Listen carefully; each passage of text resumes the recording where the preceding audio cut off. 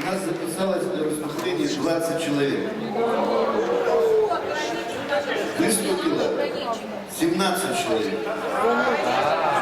Поступают записки еще для выступления. Озвучьте, кто хочет выступить. Самый острый вопрос. У нас из записавшихся слово не предоставлено Чеботаеву Олегу Валерьевичу, Аевой Марине Александровне. Не отказывайся. Настаиваю. Есть предложение выступления по докладам прекратить. Нет, я же не выступлю. Кто за то, чтобы прекратить прения по отчетным докладам, прошу проголосовать. Я против. Против. Я против.